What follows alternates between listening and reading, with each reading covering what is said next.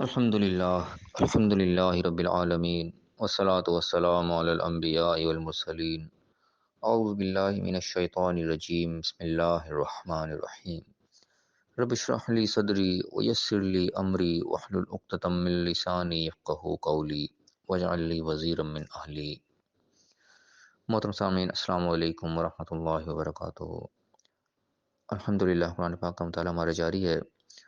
سورہ الانعام کی آیت نمبر 20 تک ہم پڑھ چکے ہیں۔ آج انشاءاللہ آیت نمبر 21 سے آیت نمبر 24 تک پڑھیں گے۔ اعوذ باللہ من الشیطان الرجیم بسم اللہ الرحمن الرحیم۔ ومن اظلم ممن افترى علی اللہ کذبا او کذب بآیاتہ، اور اس سے بڑھ کر کون ظالم ہوگا جو اللہ پر جھوٹ باندھے اور یا اس کی آیات کو جھٹلا دے۔ اب یہاں پہ دو چیزوں کو اللہ تعالیٰ نے اکٹھے تذکرہ کیا ہے کہ دو اشخاص کو اللہ تعالیٰ نے سب سے زیادہ ظالم قرار دیا یہاں پہ۔ ایک وہ جو اللہ پر جھوٹ باندھے، یعنی کہ وہ بات اللہ کی طرف نہ ہو اور وہ اللہ کی طرف منسوب کر دے، یا پھر اس کی آیات کے اس کے نشانیوں کو جھٹلا دے۔ دونوں شخص اللہ کی نظر میں سب سے زیادہ ظالم ہیں۔ اب عام طور پہ ہم جب دیکھتے ہیں ماضی کے حالات کو، تو جتنے بھی پیغمبر اللہ تعالیٰ کی دنیا میں آئے، کچھ لوگوں نے ان کو مانا اور کچھ لوگوں نے ان کو جھٹلا دیا۔ اب یہاں پہ جھٹلانے والوں کو خاص طور پہ ایک طرح کا تذکرہ ہے کہ جو جھٹلاتے ہیں وہ کیا کہتے ہیں کہ اللہ کے نبی کو جھوٹا کہہ دیتے ہیں، کہ وہ انکار کر دیتے ہیں اس چیز کا کہ تم اللہ کی طرف سے کوئی نہیں ہے، تم اپنی طرف سے جھوٹ بنا کر پیش کر رہے ہو۔ اب یہاں پہ وہ بات اصل میں آئی ہے کہ کوئی شخص جس چیز کا وہ الزام لگا رہا ہے نبی کے اوپر کہ وہ اللہ کے اوپر جھوٹ باندھ رہا ہے، تو اللہ تعالیٰ اس چیز کے بارے میں اشارہ دے رہا ہے کہ اس شخص سے بڑھ کر کون ظالم ہوگا جو اللہ پر جھوٹ باندھے۔ یعنی کہ اگر یہ پیغمبر، یہ نبی تمہارے پاس جو آئے ہیں، یہ اللہ کے اوپر جھوٹ باندھ رہے ہیں کہ ہم اللہ کی طرف سے آئے ہیں، اللہ کے پیغمبر ہیں، اللہ نے ہمیں بھیجا ہے، تو اللہ کے اوپر جھوٹ ہو گیا نا۔ تو اس شخص سے بڑھ کر کون ظالم ہوگا جو اللہ پر جھوٹ باندھے کہ اللہ نے مجھے بھیجا ہے، حالانکہ اسے بھیجا ہی نہ ہو، گویا کہ اللہ کے اوپر جھوٹ باندھا۔ ایک وہ شخص سب سے زیادہ ظالم ہوا اللہ کی طرف سے،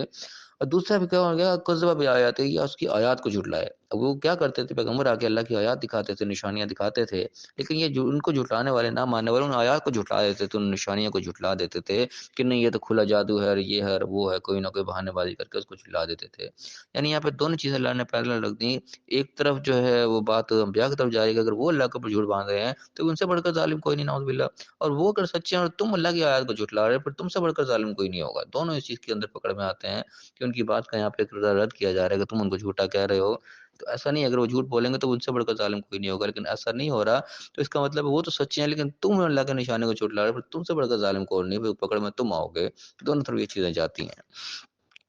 دوسرا فرمایا کہ انہ لا یفلح الظالمون، پھر ظالموں کو تو اللہ تعالیٰ پھر فلاح نہیں دیتا، کامیاب نہیں دیتا۔ کون سے بڑا ظالم ہوگا، اور جو بھی ظالم ٹھہرائے گا، دونوں طرح کی چیزیں اس میں آ رہی ہیں، تو جو بھی ظالم قرار پائے گا تو پھر وہ کامیاب نہیں ہو سکتا۔ یہ اللہ کا قانون اللہ تعالیٰ نے ایک بتا دیا یہاں پہ کہ ظالم کو اللہ تعالیٰ کبھی بھی فلاح اور کامیابی عطا نہیں کرتا۔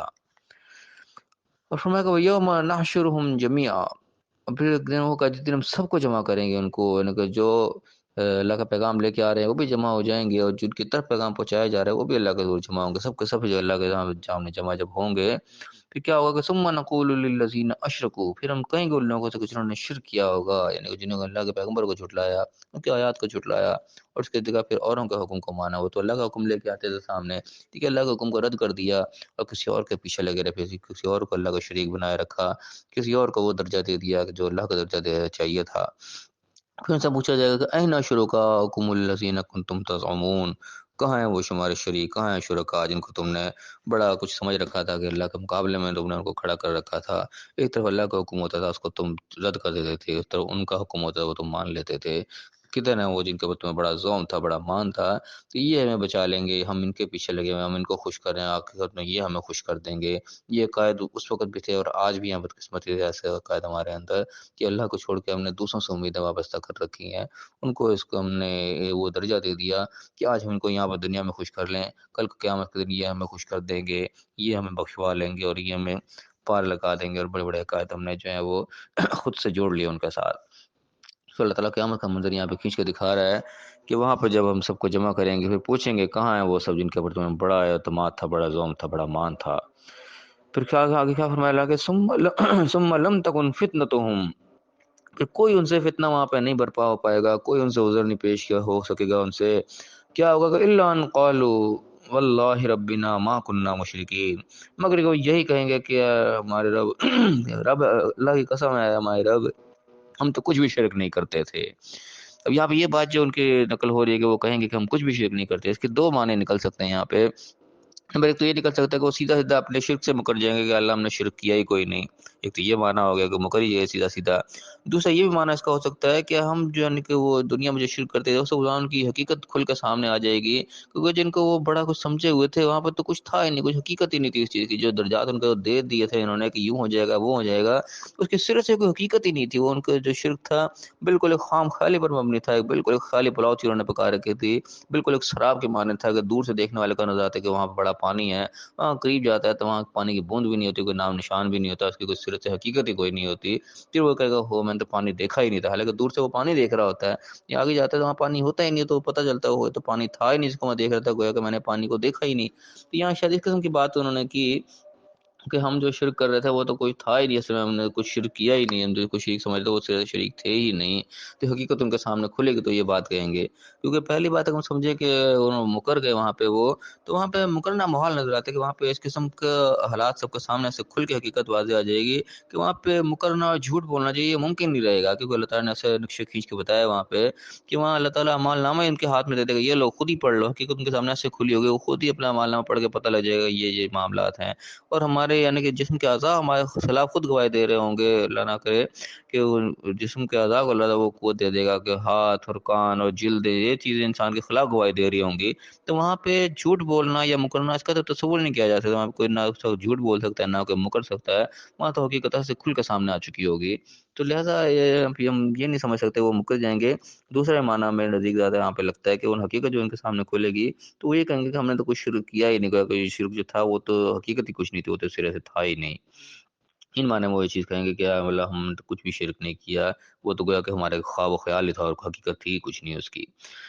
آگے پھر اللہ نے جواب دیا کہ انظر کیف کذبوا علی انفسہم، بولا دیکھو انہوں نے اپنے جانوں پر اپنے آپ پر کیسا جھوٹ بولا۔ اب اس کے بھی ظاہر ہے وہی دونوں معنی نکل سکتے ہیں کہ اگر تو انہوں نے مکر گئے تو وہاں پہ بات ہے کہ دیکھو کیسا مکر رہے ہیں، اب یہ کیسا جھوٹ بول رہے ہیں، حالانکہ شرک کرتے ہیں، ایسا نہیں کہ کہہ رہے کہ ہم نے شرک کیا ہی نہیں۔ ایک معنی تو یہ ہو سکتا ہے اس معنوں کے اندر، دوسرا پھر وہی ہو سکتا ہے جس طرح انہوں نے حقیقت کھلی ان کے سامنے، انہوں نے کہا کہ اللہ ہم نے تو کیا ہی کچھ نہیں، وہ یعنی کہ وہ حقیقت ہی نہیں اس کے جو کچھ ہم کرتے رہے۔ تو اس کے اللہ نے جواب دے کر دیکھو اپنی زندگی انہوں نے کہاں کس جھوٹ کے پیچھے گزار دی، کیسا انہوں نے اپنے اوپر جھوٹ باندھا، کیسا کچھ جھوٹ بولا اپنے اوپر، یعنی کہ ایک جھوٹا خیال خود سے گھڑا اور پھر ساری زندگی اسی کے پیچھے گنوا دی، ساری مہلت جو تھی اسی کے اندر ضائع کر دی۔ کیا انہوں نے حرکت کی، کیسا جھوٹ انہوں نے اپنے اوپر باندھا، اس حقیقت کو اللہ تعالیٰ پھر اپنے الفاظ میں دہرا رہا ہے۔